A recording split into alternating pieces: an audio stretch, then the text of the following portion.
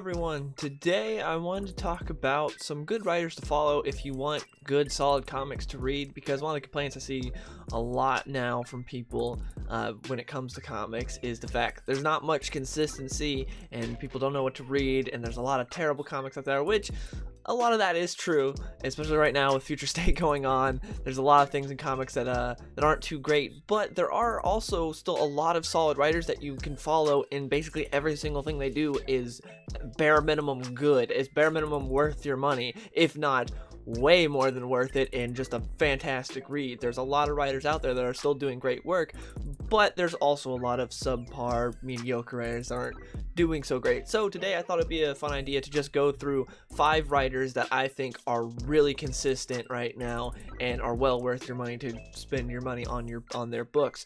And so I want to do 2 Marvel writers, 2 DC writers, and 1 indie writer. Now some of these guys have written for both, but I'm saying primarily they write for Marvel or DC or indie. So yeah, without further ado, let's start off first off being Donny Cates. Donny Cates is a guy that is just killing it with pretty much everything he does right now. Currently he's writing Thor, Venom. I believe his Venom run's about to end, and the Marvel event King in Black, which is tied into Venom, and I believe he's writing some, I think he might be writing some other series. I don't know. The guy's been writing a ton of different stuff, but currently those are the 3 series I'm reading from him.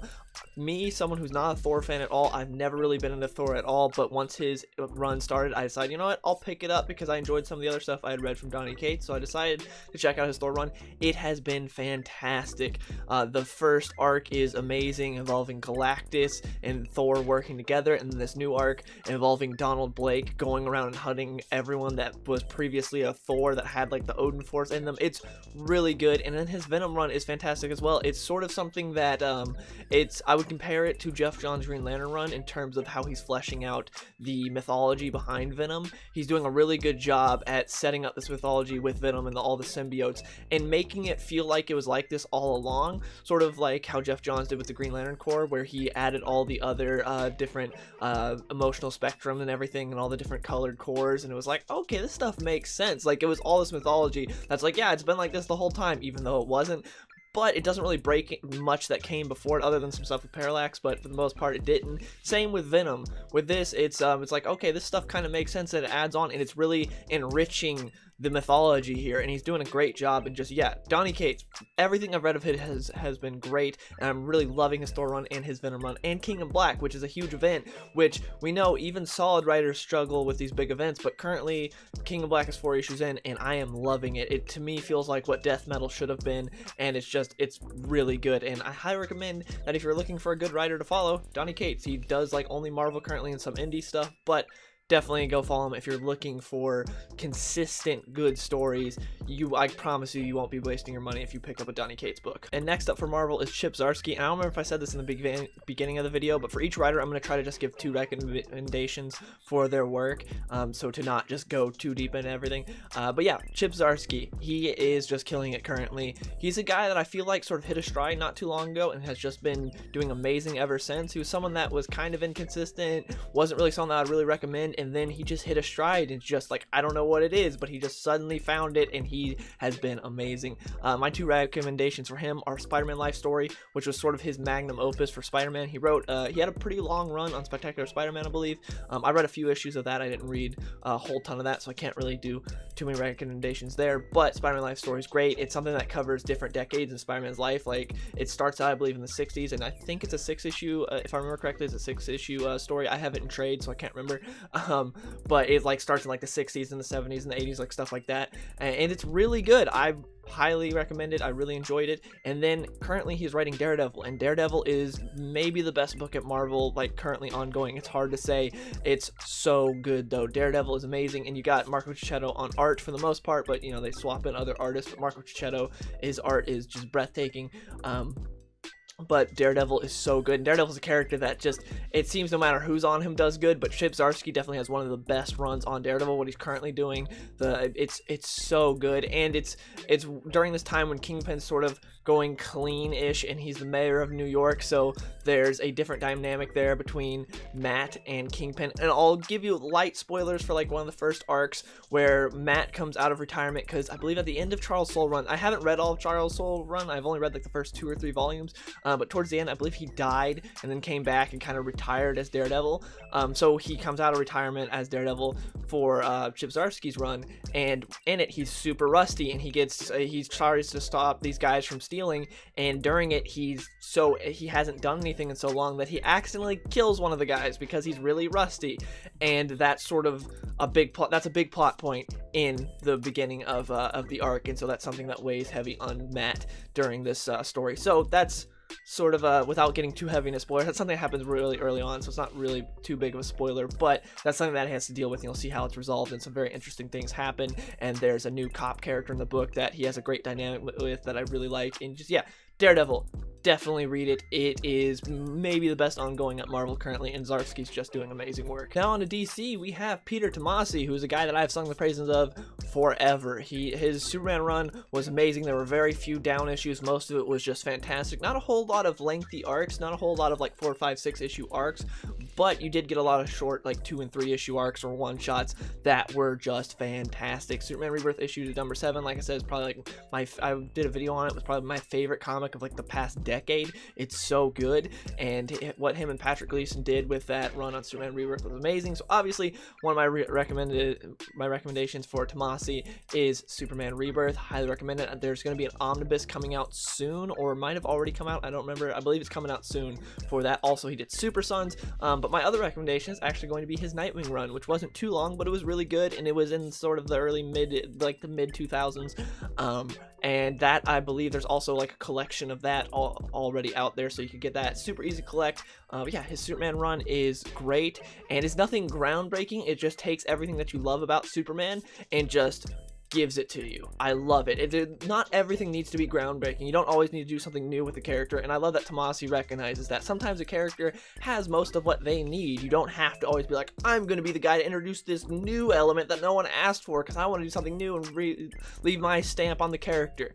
That being said, though, this was the first time really with Superman's whole family, with John and Lois and everything, because Dan Jurgens introduced John, who's Superman's son, at the end of the New 52, and so Tomasi sort of takes that on to the next level here, and we get a great Superman family book, and it's so good. If you're a Superman fan and you have not read Superman Rebirth, you definitely should. And then, yeah, like I said, my other recommendation would be Nightwing. His Nightwing run was really solid, and it's an easy collection to pick up. So those are my 2 recommendations for Tomasi. Sad thing is, right now, he just wrote Detective Comics, and now he's getting kicked off the book for Mariko Tamaki. Sad, and I don't think it's been announced what he's going to write next, so I don't know, but whatever he does write next, definitely add it to your poll, because it's gonna be good. His Detective Comics run was really solid as well, and yeah, like I said, Super Sons as well.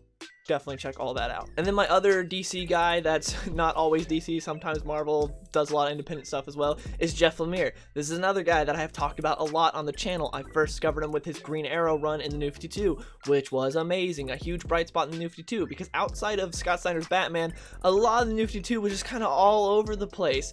But Jeff Lemire's Green Arrow was fantastic, and it saved that book, because Green Arrow sucked in the New 52. We had Dan Jurgens at the beginning, which I love Dan Jurgens, but his Green Arrow was awful and abysmal. Maybe that wasn't really his fault, because there was a lot of editorial issues. Like if you read about George Perez's Superman in the New 52, that wasn't his fault. He talked about how editorial just messed with anything he wanted to do. Could have been the case for Dan Jurgens' Green Arrow, I don't know. But what Jeff Lemire did with Green Arrow was so good, and him and Andrea Sorrentino are such a good creative team. Andrea Sorrentino's got such a unique art style, and his panel layouts are second to none. How crazy everything is, it's great. And his Green Arrow run was something that I feel like it's exactly what the New 52 should have been. Something to where it's new, it's fresh, but it's not so much that you don't really even recognize the characters. And it's like, wow, you're really just taking the name and not even taking anything that I like about the characters. It is something to where they did a good job of blending old and new, and it's really good. And again, the art is just gorgeous, so definitely recommend his Green Arrow. And that's another thing that you can get, like the Epic Collection, and it's super easy to get. It's like a hardcover that collects the entire run, and definitely pick that up. It's easy to get. And also his Old Man Logan run is something I'd recommend that I hear no one talking about. Now, he's got some great indie books like Sweet Tooth and Gideon Falls, which also definitely check out, but this isn't the indie writer, this is going to be the DC writer, even though I'm recommending a Marvel book from him. What he did with Old Man Logan was fantastic. So how I'd recommend reading this is the first volume is not very good, because how it works was you have the original Old Man Logan run from Mark Millar, which is great, and then you have during the Secret Wars thing that Hickman did, that Secret Wars event happened back in like 2015, 2016, during that, where they converged a lot of the other universes into 616. Old Man Logan got over, and Brian Michael Bendis did a miniseries that sucked, bringing Old Man Logan from the Old Man Logan universe into 616. And so then when Old Man Logan got his own actual ongoing series, Jeff Lemire picked it up. And the first volume, the first story arc isn't very good, because it's Logan coming into our universe and being like, oh yeah, I'm gonna go and kill all these villains that had stuff to do with what brought down my universe. So he goes, and it's like he kills like one lesser villain, but you know that all like Hulk, it's like, oh yeah, of course he's gonna go and kill Bruce Banner. We know that's gonna happen. Oh, surprise, surprise, he doesn't. So you know that he's not gonna kill any of these people because they're too big of players in 616, and Marvel won't let it happen. So it's kind of like a dumb first storyline. But after that, it is great. What Jeff Lemire does after that is fantastic. Border Town is my favorite of the different story arcs that he does. Border Town's so good. Border Town revolves around he goes to his wife from his previous universe. She's a child in this one because it's, you know, the Old Man Logan universe is in the future to where 616 is in the present, and so he goes to Border Town where his wife lives, where she's currently a child, and he's like, I'm just gonna lay low here and protect her and make sure nothing happens to her. But because Logan's there, he brings bad people there, and he ends up bringing the Reavers to Border Town, and he fights them all, and the Reavers are done really well, way better than they were in the Logan movie, which is just so disappointing with what they did with the Reavers in that. But the Reavers in this are handled very well, and you get to see Wolverine pick them apart, and his fight versus Lady Deathstrike at the end is so good, and the art is just beautiful of him tearing them apart, and it's just, Border Town's great. If you're gonna read anything from Old Man Logan, read Border Town, but the rest of the run's really good besides the first volume. And then for the one indie writer I suggest, Ed Brubaker. Everyone knows Ed Brubaker for his Captain America run, which they should. His Captain America run is great. He had a great run on Winter Soldier as well, but he's been killing it in the indie scene. Him and Sean Phillips are just tied at the hip, and they do tons of indie books, and just everything I've read from them has been good. Just they don't do anything bad. This is another thing where like you can put your money on Ed Brubaker and Sean Phillips, and you will get your money's worth. It is good. Everything they do is good. My two recommendations, two books I've talked about before, are The Fade Out, which is a sort of murder mystery set back in like the 40s, sort of like the 40s, 50s, old Hollywood. So you got those old school Hollywood stars, like I believe Bob Hope and stuff shows up in it, and it's really cool seeing the behind the scenes. And basically a guy wakes up where he was sort of drugged or drunk. It's been a while since I've read it, but he wakes up, he doesn't remember what happened the night before, and there's a dead girl there, and he's got to figure out what happened, how she died, and all that. And that's the premise, the very bare bones premise of the book, and it's just really good. And I believe it's 3 volumes, and yeah, definitely check it out. And the other book is Kill or Be Killed, which is where the protagonist gets in a bad situation with a demon, where he has to go out and kill people to appease the demon. And yeah, that's the initial premise of that. And the art, again, by Sean Phillips, is so good. And just, yeah, 2 great indie books. And again, this is something that I'd highly recommend for people that are burnt out on superhero comics. If you're burnt out on superhero comics, check out everything Ed Brubaker and Sean Phillips are doing. You'll love it. There's no way you don't. If you don't like it, then you have no taste. I'm sorry. Just like, these guys are so consistent, and they do amazing work, and they don't get talked about enough. You guys should definitely check them out. But yeah, that's about it. And just 5 writers. There's some other obvious people like Jeff Johns I could have mentioned, but I wanted to mention some different people. I talk about Jeff Johns enough. So yeah, let me know in the comments below what are a couple writers that you find always consistent that are worth your money, and leave a like if you enjoyed the video. And if you want to help me out with the algorithm, leave a comment and a like, because that helps YouTube know that people actually want to watch the video. So yeah, hope you guys enjoyed, and I'll see y'all later.